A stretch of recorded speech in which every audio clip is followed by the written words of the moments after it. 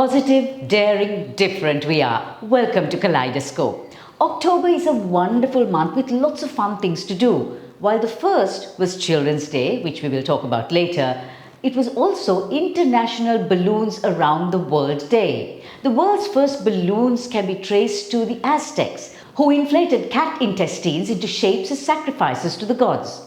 The first rubber balloon was invented by Michael Faraday in 1824 and the first latex balloons in 1931. Celebrating International Children's Day, we hop over to check out the No Hungry Kids project, chat with UNICEF's country representative and find out more about that contentious online safety bill.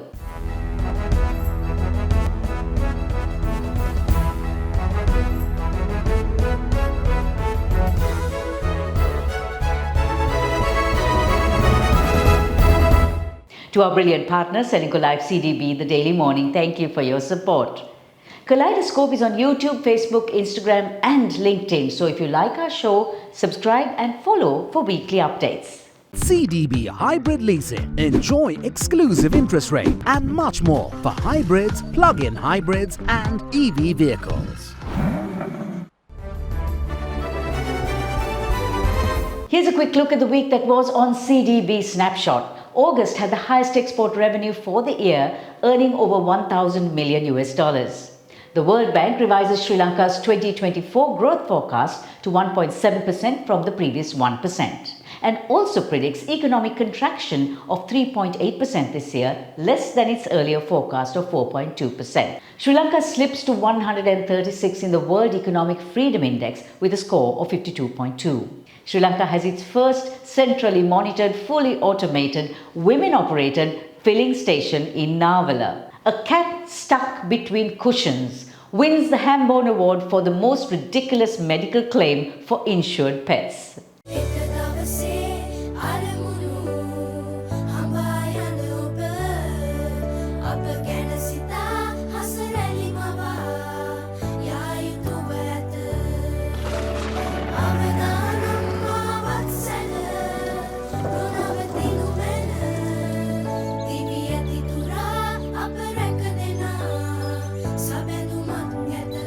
You focus on your goals. We will take care of the risks. Srilanka Life.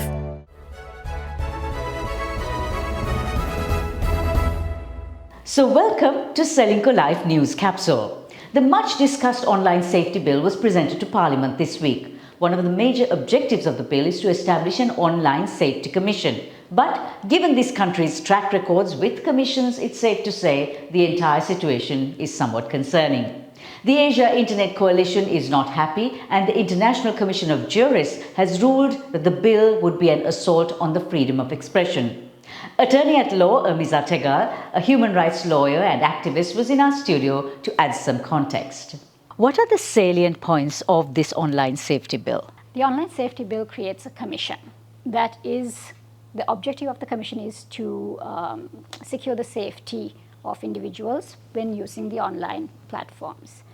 However, the Commission has been given broad powers under this bill, so it can issue notices about prohibited statements, false statements, and also directives against online locations and also internet intermediaries. So this is a broad and almost also vague set of things. The second thing that the online bill does, that it creates a host of new criminal offences.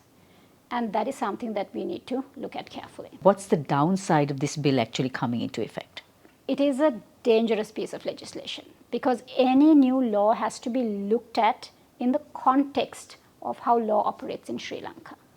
On the face of it, the language is too broad and there is power given to an institution that the president appoints, the commission, and the commissioners sit there at the will and pleasure of the president. So the president can also ask them to resign or remove them from that position simply by assigning reasons, and we don't know what those reasons could be. So I think when we look at this, it's a very dangerous piece of legislation given the history of abuse of laws in Sri Lanka that have had equally broad language. Do you see anything that is sort of a pro part of this bill?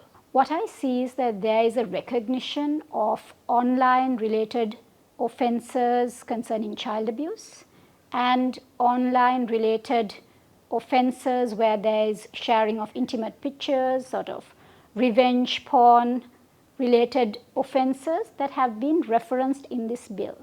But the two offences that I refer to sit amongst a broader set of offences that cannot really, is not clear enough, and will, because the law will not be equally applied to individuals, as is our history in Sri Lanka with laws like ICCPR and the Prevention of Terrorism Act.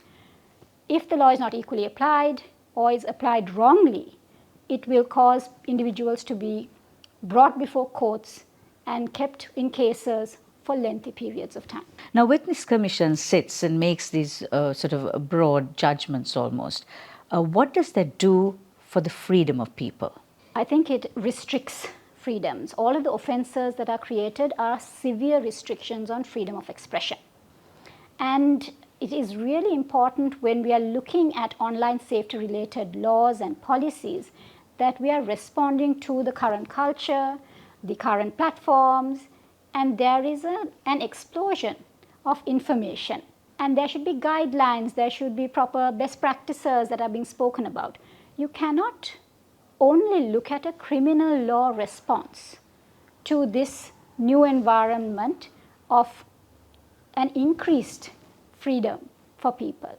You have to learn how to handle this new freedom and not restrict further that freedom. And now for our market sketch this week. At the Colombo Stock Exchange, the all-share price index continued to drop while reduced turnover levels indicated a lack of investor interest. Oil prices were down as well, below $90 per barrel, as Chinese demand dropped and India's imports of Saudi crude came in at the lowest monthly level in a decade. Gold prices decreased to a 7-month low to $1,800 per ounce levels, weighed down by a strong US dollar and high US interest rates. The oldest fish in an aquarium is a 92-year-old Australian lungfish named Methuselah, who lives in San Fran and apparently has a charming personality. This is probably the longest architectural project in the world. Barcelona's Sagrada Familia Basilica, which began construction in 1882, is finally nearing completion.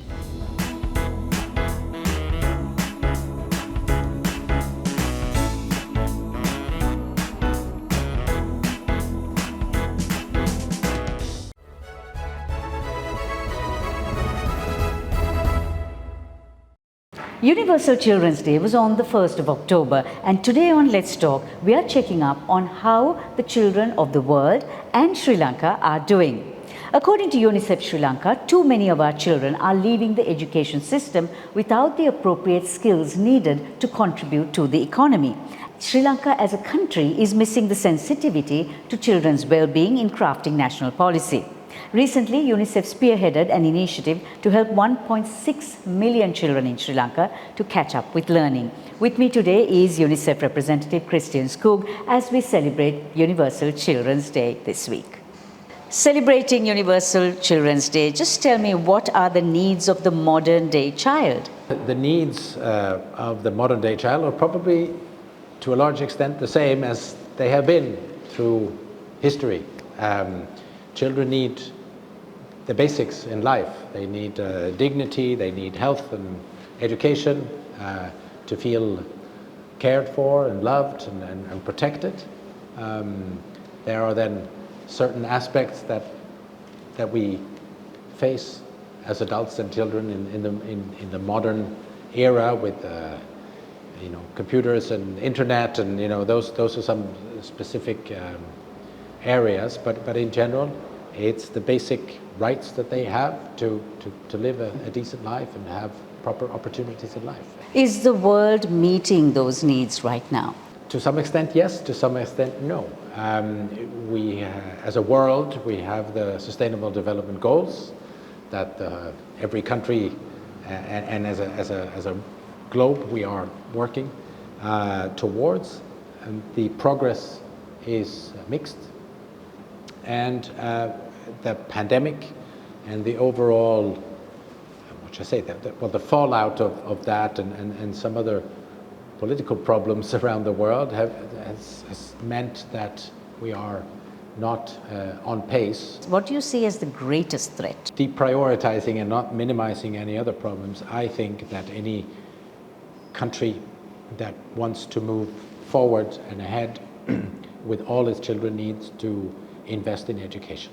That is the recipe for success that's been proven across the world.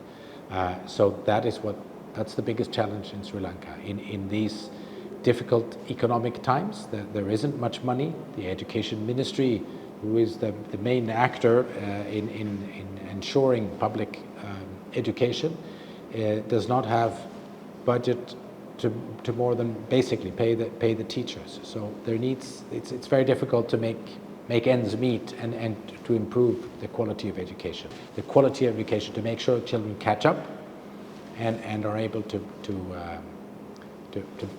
get the education, the 21st century education that they need. And that includes some of the things that I mentioned about the soft skills, the communication, the negotiations, critical analysis, more than the technical skills as such. That is something that's very important.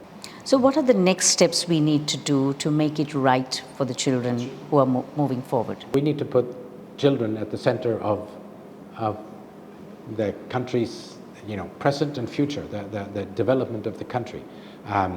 Investment in children, time and money is the best investment that you can make. And the earlier you start, the ages, the better the payoff.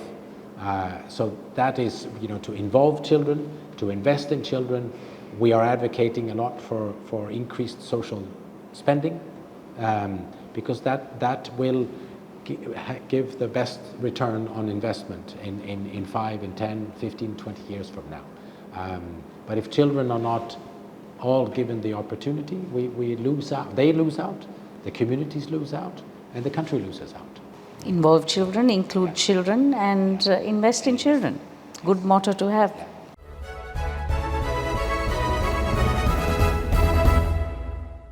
Celebrating International Children's Day, Kaleidoscope popped into President's Primary School in Navala and checked out the No Hungry Kids project, which serves midday meals 3 times a week to the primary school students. When acute malnutrition in children became very apparent during the economic crisis, a group of well-meaning school friends banded together to give well-balanced nutritious meals to 750 students at Siddhartha Vidyalaya in Vallampitiya and President's Primary School in Navala. While the children enjoyed a treat of homemade pasta with chicken and a chocolate for dessert, to celebrate Children's Day, Principal Samantha Giganage of President's Primary School spoke with Kaleidoscope. අපේ පාසල නැති බැරිම කට්ටියම ඉන්න එහෙමත් අය ඉන්නවා ඇති හැකි අයත් ඉන්නවා වැඩිපුරම ඉන්නේ ආර්ථික දුෂ්කරතා තියෙන දෙමාපියන් ඉතින් හරි පිටුවහලක් වුණා අවංකවම මේ වැඩසටහන මේකෙන් දරුවෝ ඉස්කෝලේට ඇදීගෙන එන ප්‍රමාණය ඒ දවස්වලට වැඩි වෙනවා සහ රසවත් කෑම වේලකට දරුවෝ හුඟක් පුරුදුනා ඊළඟට ගොඩාක් දරුවන්ට ගෙවල් වලින් පෝෂණය සහිත ආහාර දීම අඩු වෙලා තිබුණ වකවානුවක වෙලාවක මේ වගේ වැඩසටහනක් ආරම්භ කරාම දරුවෝ යොමු වුණා මේ දේශීය පෝෂණය සහිත ආහාර ගන්න මේ වැඩසටහනේ අත්‍තරම මම දැක්ක විශේෂ හොඳම දෙයක් තමයි පෝෂණය සහිත දේශීය ආහාර වලට දරුවන් යොමු කරන්නට ඒ ආහාර අපිට සැපෙව්වා. අපි මුලදී හිතුවා වට්ටක්කා දඹල එනකොට මේ ළමයි කන්නේම නැති ආහාර කියලා දෙමව්පියොත් කියනවා අපේ දරුවෝ කන්නේ නැහැ, හාල් මැස්සෝ කන්නේ නැහැ, වට්ටක්කා කන්නේ නැහැ එහෙම කියලා. නමුත් පෝෂණ වේදීන් ඇවිල්ලා මේ වැඩසටහන යටතේ ඔබ මේ හැමදෙනාම එක්කහුවෙලා අපිට කිව්වා මේවයි ප්‍රයෝජන. මේවා කෑවොත් මෙහෙමයි, මේක උයන්න ඕනේ මෙහෙමයි කියලා. ඉතින් අපි අවසානයේදී වට්ටක්කා එහෙම අර කැරට් කපනවා වගේ හීනියට කපලා රයිස් එකක් හදලා දුන්නාම දරුවෝ වට්ටක්ක කනවා කියලා නෙමෙයි රසවත් රයිස් එකක් කනවා කියලා ඒ කෑම ටික ගත්තා. ඊළඟට දඹල කන්නේ නැහැ, මෑකරල් කන්නේ නැහැ දරුවෝ. නමුත් මේ හදන විදිහයි මේ අපිට කියලා දීපු විදිහයි පෝෂණ වේදීන් ඇවිල්ලා ඒව වෙනස් වෙලා දැන් ඒ දරුවෝ ගෙදරදී ඒ නොකන පෝෂණීය ආහාර ඔක්කොම ආහාරයට ගන්නවා. If you'd like to be a part of not letting a child go hungry, log on to nohungrykidsproject.org. So happy Children's Week. Here's to a weekend of childish wonder. We'll see you next week.